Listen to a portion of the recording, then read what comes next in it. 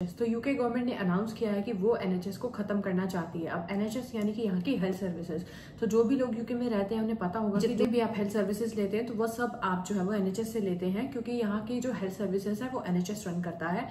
तो अगर ऐसा होता है, अगर एनएचएस खत्म होता है तो जो लोग ऑलरेडी एनएचएस में काम कर रहे हैं, चाहे वो डॉक्टर्स हैं, नर्सेज हैं, केयर वर्कर्स हैं, जो भी एनएचएस के थ्रू काम कर रहे हैं, तो क्या उनकी जॉब जो है वो खतरे में है? क्या उन्हें जॉब से निकाल दिया जाएगा, या फिर इसके साथ साथ क्या क्या इफेक्ट जो है वो आम लोगों पर भी पड़ सकते हैं? Hello and welcome back to my channel universe. तो अगर आप मेरे चैनल पर पहली बार आए हैं तो डू सब्सक्राइब इट, क्योंकि यहाँ पर आपको मिलेगी यूके से रिलेटेड हर वो इन्फॉर्मेशन जो आपके काम आ सकती है।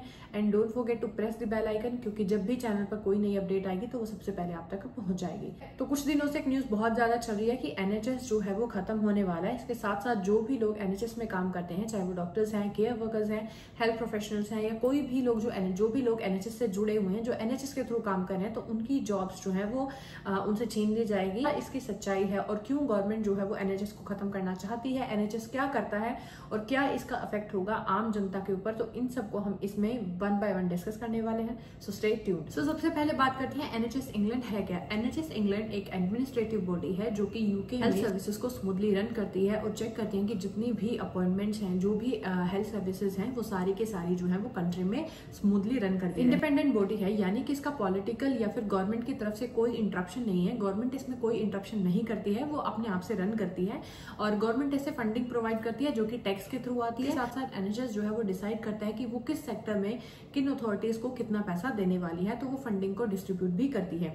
हालांकि यूके गवर्नमेंट के पास ऐसा ही सेम अपना खुद का डिपार्टमेंट भी है, जिसे department of health and social care कहते हैं। तो चीजें अलग अलग नहीं है। Department of health and social care and NHS काम दोनों सेम ही करते हैं। सेम ही तरीके के लोग जो है वो दोनों डिपार्टमेंट में, जैसे स्ट्रेटेजिक डिपार्टमेंट जो है वो एनएचएस में भी है, हेल्थ एंड सोशल केयर में भी है। जो department health and social care में है वही सेम डिपार्टमेंट एनएचएस में भी है। कि एक ही काम को दो अलग अलग तरह के डिपार्टमेंट इसको करें, जिसकी वजह से बहुत सारी जॉब्स में डुप्लीकेशन पैदा हो रही है और इसे ब्यूरोक्रेसी को कम करना चाहते हैं, ताकि जो सर्विसेज हैं उन्हें और ज्यादा स्मूथ और ज्यादा अवेलेबल जो है वो कर दिया जाए। अब क्वेश्चन यहाँ आता है कि अगर गवर्नमेंट एनएचएस इंग्लैंड को खत्म करती है तो इससे गवर्नमेंट को क्या फायदा होगा, या फिर वो लोग जो एनएचएस के थ्रू काम कर रहे हैं, चाहे वो डॉक्टर्स हैं, हेल्थ केयर प्रोफेशनल्स हैं, या जो एडमिन टास्क के लोग हैं, क्या उनकी जॉब्स पर इफेक्ट पड़ेगा और इससे आम जनता को क्या फायदा होगा। तो अलग अलग तरह के डिपार्टमेंट्स हैं जो सेम काम कर रहे हैं। सबसे ज्यादा जो जॉब की डुप्लीकेसी क्रिएट होती है उसको कम किया जाएगा। इसके साथ साथ गवर्नमेंट एनएचएस को हर साल जो है वो फंडिंग देती है, जो वो आगे डिवाइड करती है लोकल अथॉरिटीज में एंड अदर पर्पसेस के लिए, और हर साल इस फंडिंग को 3 से 4% का अपलिफ्ट दिया जाता है। गवर्नमेंट एनएचएस को स्क्रैप करती है तो गवर्नमेंट के जो सोर्सेज हैं उनका ये मानना है कि वो यूके गवर्नमेंट हर साल 500 मिलियन से ज्यादा पैसे जो है वो बचा सकती है, जो वो एनएचएस को फंडिंग के लिए देती करते हैं। उन लोगों की जो एनएचएस में काम करते हैं, जिसका नाम आता है तो आपको ये लगता है कि NHS doctors and nurses. NHS is primarily made up of managers and officials, not the doctors and health care professionals. तो यानी कि जो एनएचएस है वो मेनली एडमिनिस्ट्रेटिव के जो लोग हैं, जो एडमिन टास्क करते हैं, उनसे बना है, ना कि डॉक्टर्स एंड नर्सेज से। ये हुआ कि अगर एनएचएस इंग्लैंड स्क्रैप होता भी है तो उसका फर्क डॉक्टर्स और हेल्थ केयर प्रोफेशनल, जो केयर वर्कर्स हैं या जो लोग स्पॉन्सरशिप पर हैं, जो वैसे एनएचएस से काम कर रहे हैं, उनके ऊपर बिल्कुल भी नहीं होगा। सिर्फ उन लोगों की जॉब के ऊपर इफेक्ट पड़ेगा जो लोग एडमिन टास्क में हैं, जो एडमिन काम करते हैं, जैसे मैनेजर्स और अदर ऑफिशियल्स। बात तो साफ है कि इसमें कहीं ना कहीं कुछ लोगों की जॉब तो जाएगी, लेकिन ये अच्छी खबर उन लोगों के लिए है जो हेल्थ केयर प्रोफेशनल्स हैं, जो केयर वर्कर्स हैं, जो डॉक्टर्स हैं, जो नर्सेज हैं, जीपीज हैं, उनकी जॉब पर कोई इफेक्ट नहीं पड़ेगा। उन्हें जो है वो गवर्नमेंट वैसा का वैसा ही रहने देगी। एनएचएस के एबॉलिशन की वजह से जो लोकल लोग हैं, की पब्लिक है, उस पर कोई भी इफेक्ट नहीं पड़ेगा। आपकी सर्विसेज पर कोई इफेक्ट नहीं पड़ेगा। जैसे आपकी सर्विसेज चलती है वैसे की वैसे ही रहेंगी।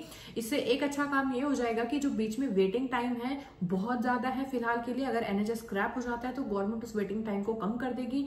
जो आपको अपॉइंटमेंट्स लेने के लिए इतना वेट करना पड़ता है उसको कम किया जाएगा। इसके साथ साथ गवर्नमेंट जो है वो नए डॉक्टर्स और नए हेल्थ केयर प्रोफेशनल्स को हायर करेगी। साथ साथ जो इमरजेंसीज हैं उन्हें जल्द से जल्द रिजोल्व किया जाए, जो वेटिंग टाइम है उसे कम किया जाए, हेल्थ सर्विसेज को अच्छा किया जाए। इसके साथ साथ यूके पीएम केयर स्टारमर ने ये भी कहा है कि वो इसे डेमोक्रेटिक कंट्रोल में रखना चाहती है, ताकि जो भी फंडिंग एनएचएस को की जाती थी अब उस फंडिंग को कंट्रोल किया जाए और उसको जो है वो हेल्थ सर्विसेज को अच्छा करने में यूज किया जाए। इसे अब ये जो चेंजेस हैं वो सिर्फ और सिर्फ इंग्लैंड में है, क्योंकि इसे एनएचएस इंग्लैंड इंग्लैंड, यानी कि ये जो NHS है वो सिर्फ और सिर्फ इंग्लैंड में ही रन करती है। स्कॉटलैंड एंड वेल्स की अपनी खुद की अलग ऑर्गेनाइजेशन है, तो ये जो चेंजेस हैं वो स्कॉटलैंड और वेल्स में नहीं होंगे, ये सिर्फ और सिर्फ इंग्लैंड में किए जाएंगे। कि आपको क्लियर हो गया होगा कि NHS के खत्म होने से लोकल लोगों के ऊपर या जो NHS में हेल्थ केयर प्रोफेशनल्स काम करते हैं उनके ऊपर कोई फर्क नहीं पड़ेगा।